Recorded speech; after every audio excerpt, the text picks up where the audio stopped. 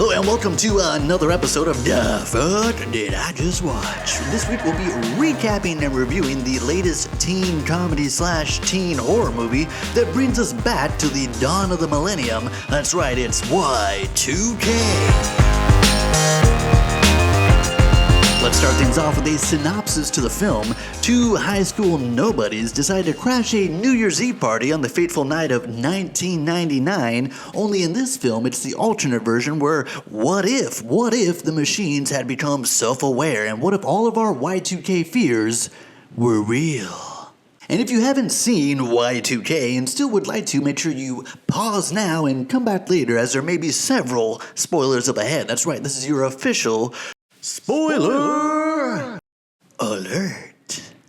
And we'll start things off by talking a little about the cast and crew of the film. Now, most of these stars are young, up-and-coming stars and starlets, so not the deepest catalog of filmography, but enough to where they're pretty recognizable, starting with our main character, Jaeden Martell, who you probably recognize from It, Chapter 1. That's right, he was Bill. Next is his best friend in the film, played by Julian Dennison. That's right, it's our favorite up-and-coming Kiwi. It's our favorite New Zealander on the rise.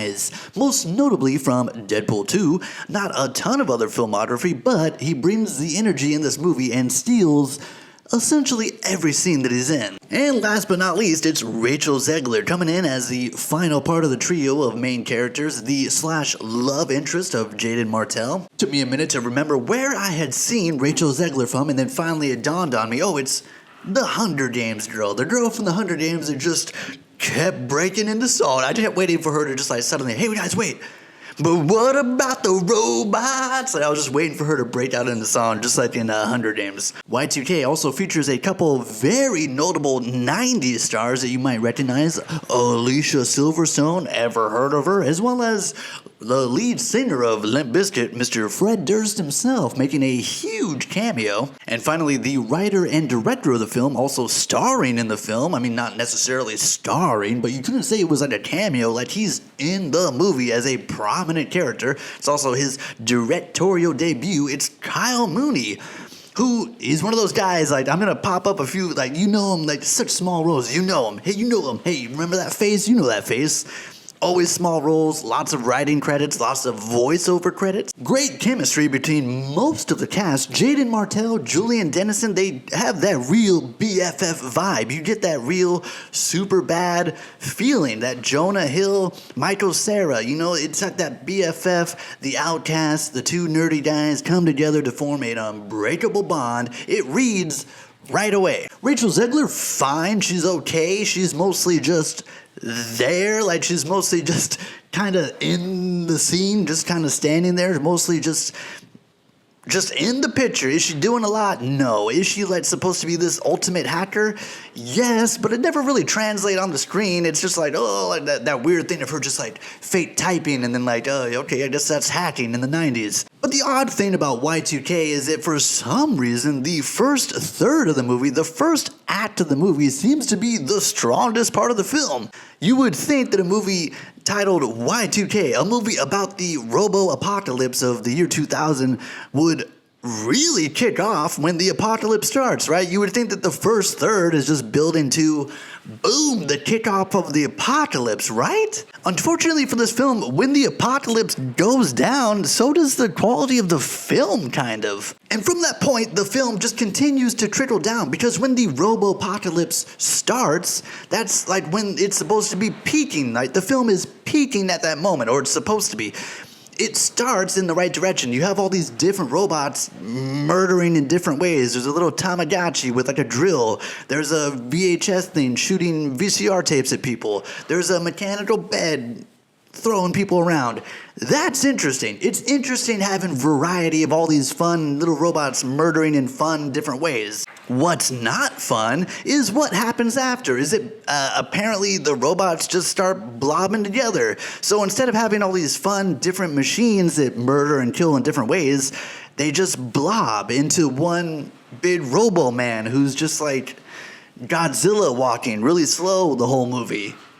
Another very frustrating thing about this movie is that there's so much dialogue spoken off screen. Dude, there's so many characters that are talking while the camera's looking at somebody else. There's so many times when someone's like giving an explanation and the camera's just looking at somebody different, dude. It's just like, focus on the person talking, dude. And then the frustration begins to build more because it's like you keep seeing all these like fun 90s people, but they're so underused. Fred Durst has like this big, this big huge reveal, like, oh, Limp Bizkit, oh, like that's the expectation that we're all supposed to go. Which, you know, Fred Durst is cool, of course, he's cool. Limp Bizkit, cool, sure, but is it that level of cool? Like, I want to like it, dude. I want to be like, yeah, Fred Durst did it all for the nookie. But unfortunately, he's just not that good. He's okay. It's like I don't know, like it has this vibe of like, unless you're a huge biscuit head, dude, it's probably not gonna really hit you the way that the movie is like intending. The movie has like these big pauses where I think it's like the audience is supposed to be like, oh, like the moment Captain America lifts up the hammer is like the way it's like leaving a little gap for like, okay, pause for the applause, hang on, let the people go crazy before we move on. Like, but there is no big explosion. Like, it's just like, oh, hey, that's fucking the dude from Limp Bizkit. Which makes it even more frustrating when every time they show Alicia Silverstone and she's just like, hey, I'm the mom. Like, that's her whole thing. Hey, you kids be safe. And then at the end, you guys did it. That's her whole entire, like, all of her scenes are just like, that's just like two scenes. Like, hey, have a good day at school. And then at the end, have a good day. You had a good day at school? That's like, it's just like, what a waste of Alicia Silverstone. You could have had her do anything. Now, having said all that, yes, there are some good comedy parts in this movie. Yes, I was laughing hysterically at a few parts.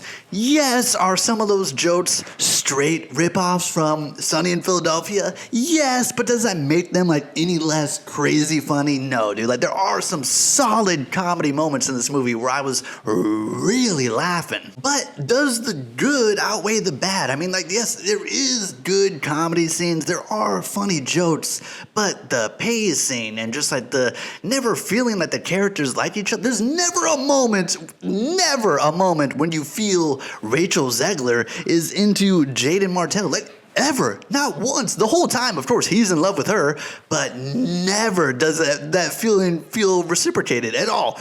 She's making out with another guy at the party. She's super flirty with her boyfriend that comes back. Never gives Jaeden Martell the time of day, and it just feels like, they got together at the end. Why?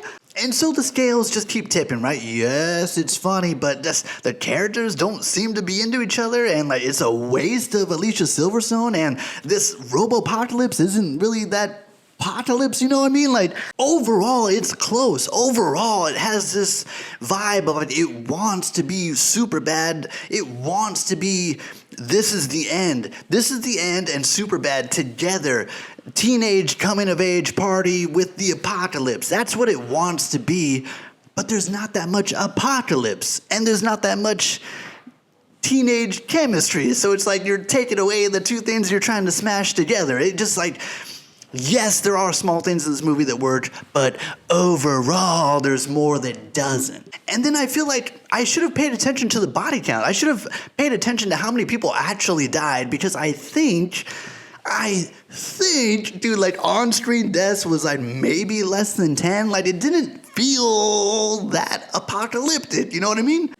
And so, what do we rate a movie like Y2K? There are moments where I was laughing. There are good comedy bits in it. Julian Dennison is really good. Overall, it's like, okay. Let's slap it with the C-. That's right, it's not terrible, but definitely far from good. If you felt differently about Y2K, feel free to comment down below, and if you haven't already, hit that like and subscribe button, as it's much appreciated. I am your host as always, Kyle McLemore, and we'll see you next time at the movies.